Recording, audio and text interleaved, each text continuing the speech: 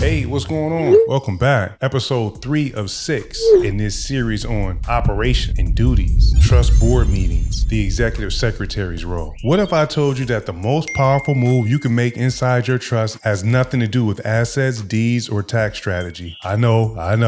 Some people like, I'm about to click off. Don't click off. Stay with me. Don't go nowhere. Stay with me. And everything to do with the meeting that most trustees never hold. Stay right here, because what I'm about to show you is the difference between a trust that protects you and a trust that falls apart when you need it most. Welcome back to Wealth Locked In, the channel where we break down the structures the wealthy have been using for generations in plain language so you can start using them too. Now, if you've been watching this channel for any amount of time, you already know that a trust isn't just a piece of paper. It's a living, operating structure. It has roles. It has authority. It has a system, which is what we're going over on this channel, amongst other things. But I just wanted to say that real quick because it's very, very important. Once you get the system down, the sky is the limit. You can build whatever you want with whoever you want, lawfully and legally, and use it as a pass-through. We'll talk about it. I can't wait. Just stay with me. Today, though, we're going inside one of the most overlooked and most important parts of the system, the Board of Trustee meeting, and the executive secretary who makes it all happen. This is for you if you've already set up a trust or you're seriously thinking about it, and you want to know how a properly run trust actually operates from the inside. Let's start here. Why does a trust need meetings at all? Here's the answer most people don't expect. A trust is a contract, and like any serious contract between serious people, it requires accountability. It requires documentation. It requires that the people responsible for managing and protecting the assets inside the trust are actually showing up, aligned, and on record. The law recognizes this. Courts recognize this. And more importantly, your family, your beneficiaries, and anyone who might challenge the validity of your trust will recognize this. The minimum standard is 2 meetings per year. But here at Wealth Locked In, we teach 3 or more. Because more meetings means more learning, more alignment, and more protection. Every meeting is a record. Every record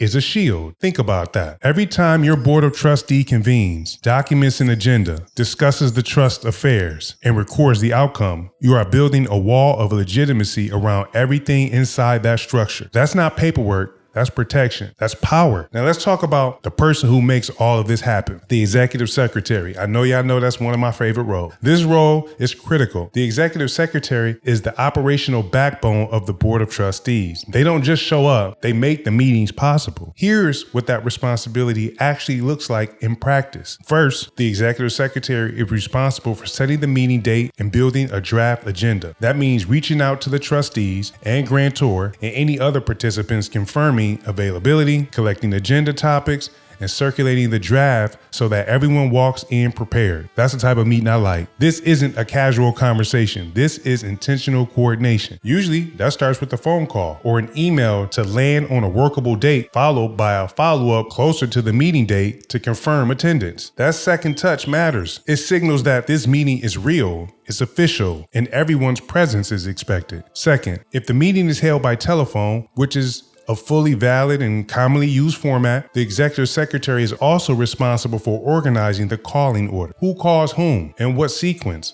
At what time? That level of detail may sound small, but it eliminates confusion and keeps the meeting professional from the first ring. And third, if trustees or guests are traveling to attend in person, the executive secretary handles the logistics. That means accounting for travel time, providing clear direction, and if anyone is coming from out of town, arranging accommodations, hotel, motel, whatever is needed. And here's the part that matters. The trust pays for that expense. That's not a personal cost. That's a legitimate operational expense of the trust itself and a write-off. We'll get into it. It's going to all make sense. Stay watching. Subscribe right now. This is what it means to run a trust like a business, because that's exactly what it is. Before we go any further, if this is opening your eyes to how a trust actually operates from the inside, you're going to want to subscribe to this channel. Stay for the rest of the video and grab the free What is a Trust ebook linked in the description below. Then get the trust book checklist I've pinned in the comments, because the deeper we go into this, the more you'll realize there's a whole operating system here most people never even know existed. And the school community waitlist is where we go even deeper.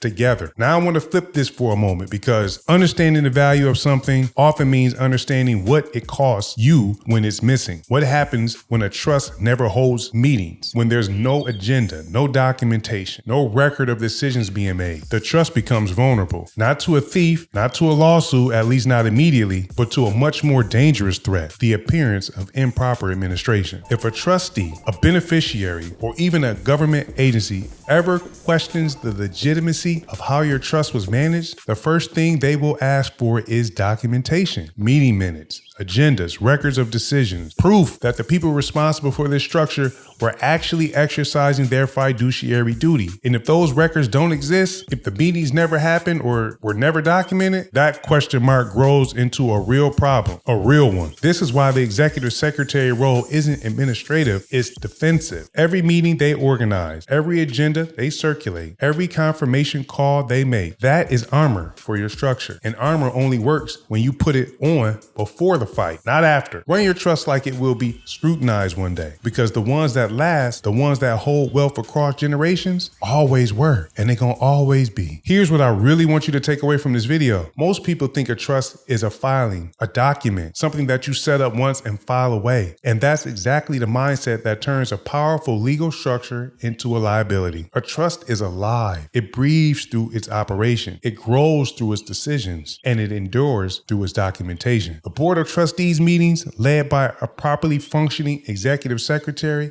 is where that life happened. It's where trustees exercise their authority on record, where the grantor's intentions are honored, where beneficiaries are protected by the people charged with protecting them. This is the difference between a trust that functions and a trust that holds up under pressure. And if you're building generational wealth, if you're protecting your family, if you're operating as someone who refuses to leave their legacy exposed, this is the level of intentionality that separates those who build and those who lose. You now know more about how a trust actually operates than 90% of the people who claim to have one. Here's your next move. Subscribe to this channel right now so you never miss a lesson like this one. Watch this video all the way through if you haven't already, because every section builds on the last. Join the school community where we go deeper into trust operation with people who are serious about protecting what they built. Download the free What is a Trust ebook from the link in the description below and grab the trust book checklist I've pinned in the first comment. It's your step-by-step reference for making sure your trust is structured and operating correctly. Now you know who runs the meetings, but here's what most trustees never think about until it's too late: the legal layer sitting underneath every trust operation. Next video, we're getting into the executive secretary's role in legal document, privacy contracts, and the oath of privacy, the document that every trustee, grantor, and beneficiary must sign, with serious fines attached for violation. This is the protection most people never knew they trust needed. Subscribe now so you don't miss it, and I'll see you in the next one. Peace.